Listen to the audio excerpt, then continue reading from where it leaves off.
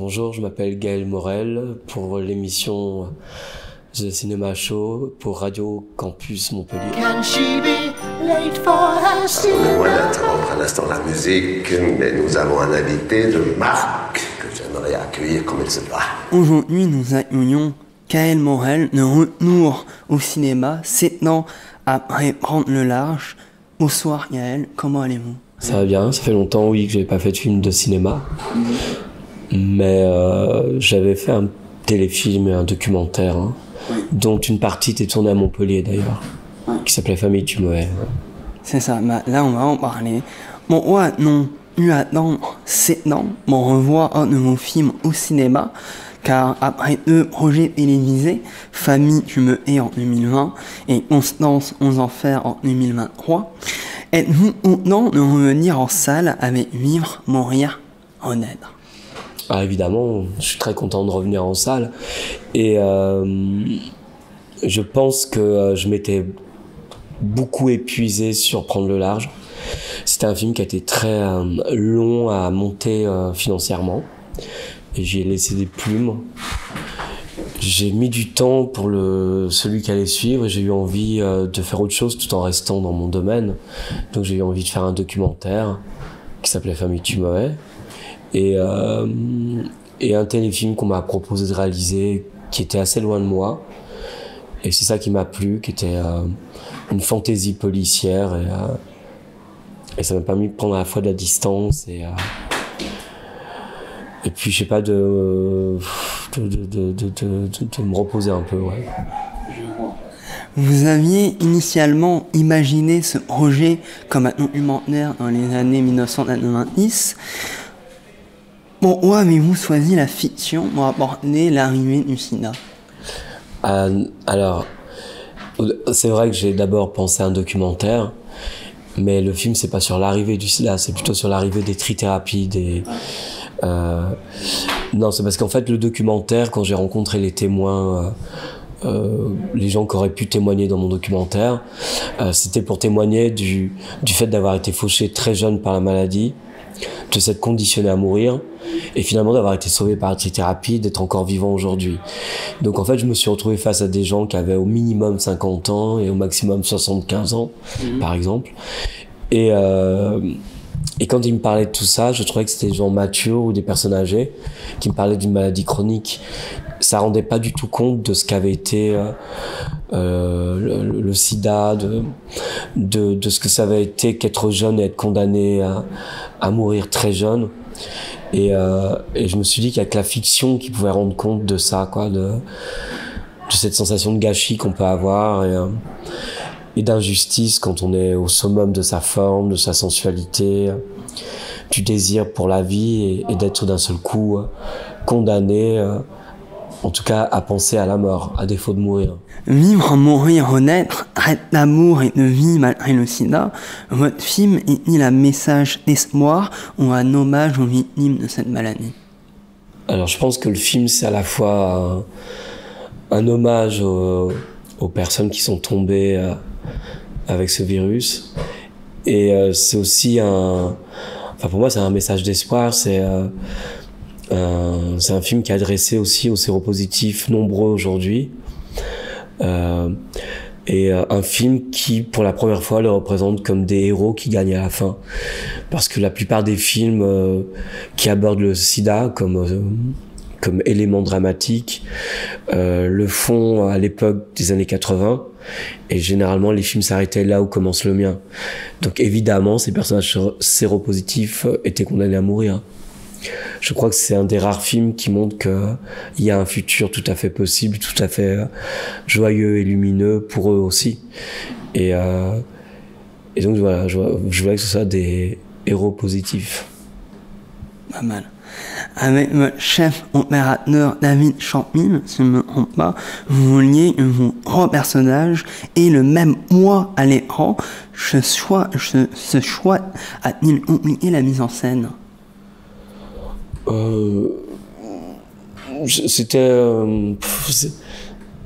Ça c'est comment dire, le temps de présence comme ça, l'importance des gens à l'écran, en vérité c'est des choses qui s'écrivent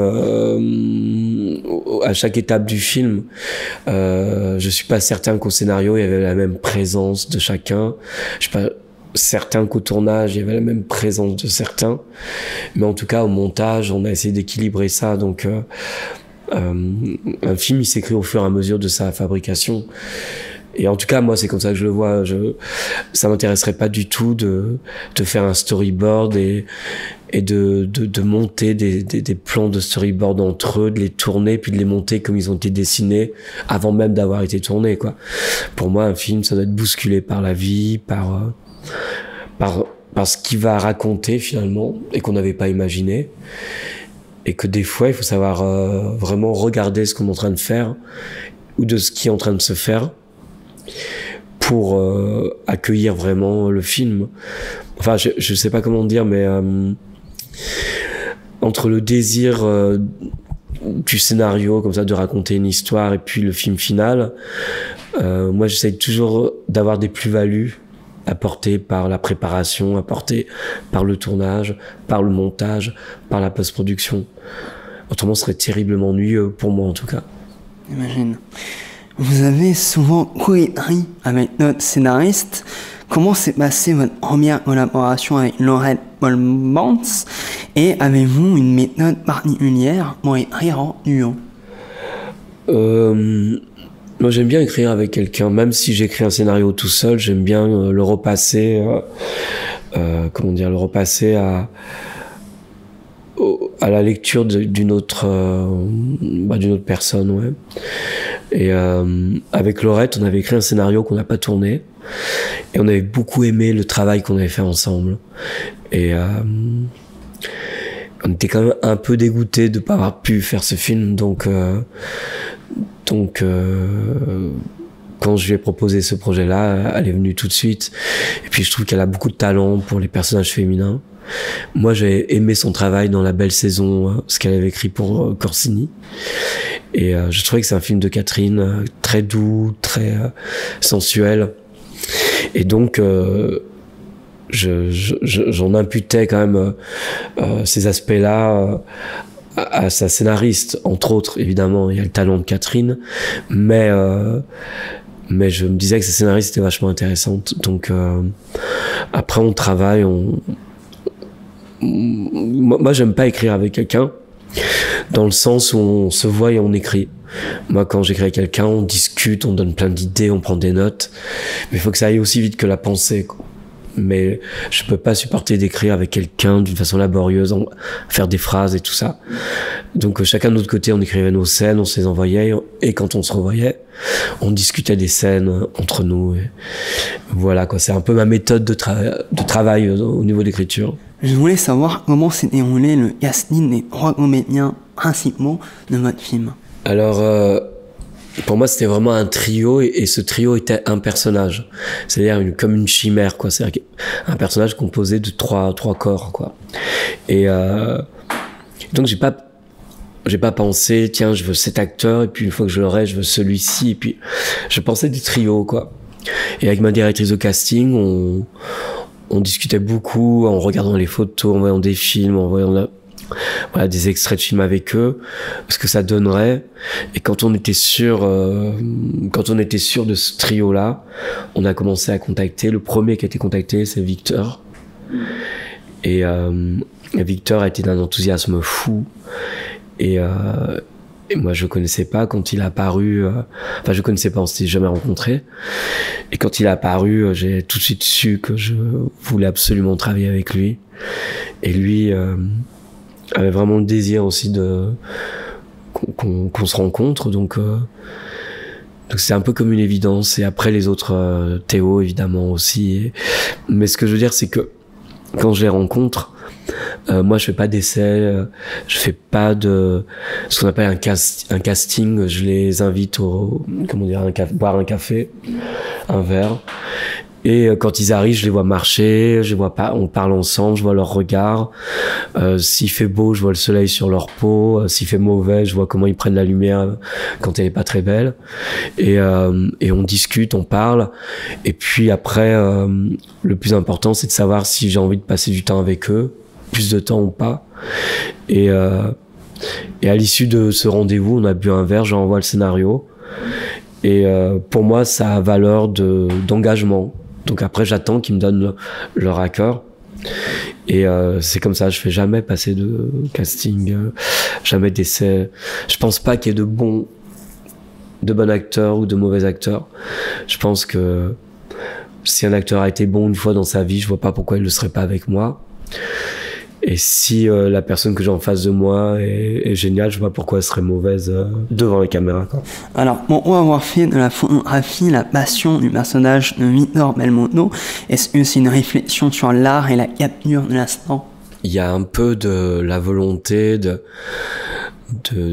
dire que la photo, c'est une façon aussi de figer un moment et de le rendre déjà mortel ou immortel. En tout cas, il y a un rapport à la vie, à la mort en faisant de la photo qui est un peu évident. Mais en vrai, c'est pas nécessairement pour ça, parce que moi, je me méfie des idées trop allégoriques. Donc, c'était pas du tout... En vrai, c'est pas pour ça. C'est parce que je voulais... qu'il y ait plein d'éléments qui évoquent les années 90. Et c'est vrai que cette manière de faire des photos était très usuelle pour les gens qui aimaient ça. Et c'est un marqueur d'une époque, quoi. Et il y a, à part les voitures et les habits, il n'y a pas grand chose qui marque une époque qui n'est pas si ancienne mais qui a déjà disparu. On serait dans les années 50, il y a 1000 choses. Là, les années 90, on parle pas du siècle, enfin on parle pas, si on parle du siècle dernier, mais on parle pas de 100 ans en arrière, quoi. Pensez-vous qu'il y ait un avant et un après SIDA? Et d'ailleurs, quel est votre avis sur cette période? Alors, on parle beaucoup du sida, mais moi je tiens à dire d'abord que c'est un film qui est surtout sur le sentiment amoureux. Alors, sentiment amoureux, d'ailleurs, il y a toute une première partie qui n'est que ça. C'est-à-dire des gens qui s'aiment, mais pas dans le bon sens, en tout cas pas dans le sens où certains l'aimeraient. Et le sida arrive là comme une maladie qui va faire exploser un peu, qui va exacerber ce sentiment amoureux. Mais comme la syphilis a pu le faire au 19e siècle, comme j'imagine d'autres maladies le font dans les temps futurs, c'est donc un avant après sida, je sais pas, mais je pense que depuis la nuit des temps, Eros et Thanatos ont toujours fait un drôle de ménage, quoi. Comment avez-vous recréé l'époque des années 1990 avec votre chef décoratrice Hélène Dubreuil? On a regardé beaucoup de films de ces années-là. Et bon, après, moi, c'était surtout sur un sentiment, c'était pas nécessairement reproduire. Mais par exemple, je me souviens que les appartements étaient toujours étranges. Il y avait des entrées, il y avait des cercles, il y avait des cages d'escalier un peu patinées, donc c'était ça qu'on essayait de trouver surtout dans la structure de l'immeuble, quoi.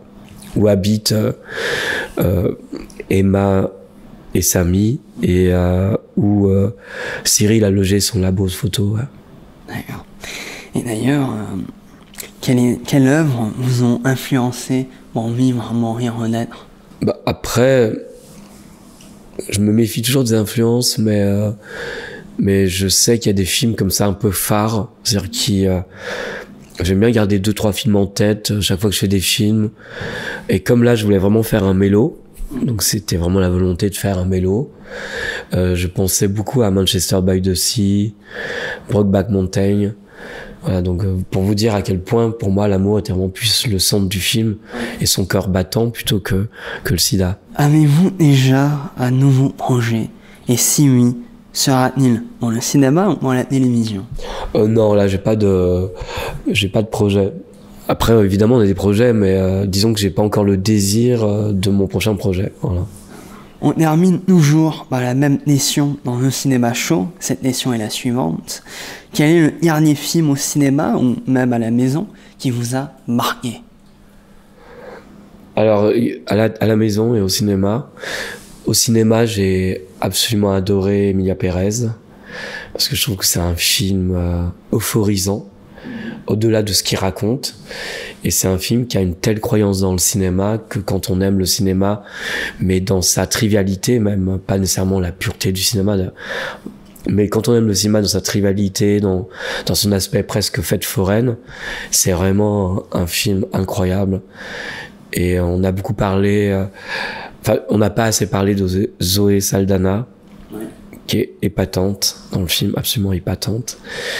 Et sinon, à la télé, j'ai découvert sur la plateforme Mubi un cinéaste que je connaissais mal, qui s'appelle Sébastien Silva, je crois, et qui a fait un film qui s'appelle Rotting in the Sun, et que j'ai trouvé vraiment surprenant. Et je sais pas trop quoi en penser, mais j'ai trouvé qu'il y avait une telle liberté, une telle fantaisie, un tel amusement que ça m'a plu. Voilà. Vivre, mourir, renaître et non annuellement hors salle, on vous encourage vivement à aller le découvrir. Merci Gaël Morel d'être venu nous parler de votre dernier long métrage, sincèrement, et à bientôt. Merci beaucoup. Can she be late for her cinema show?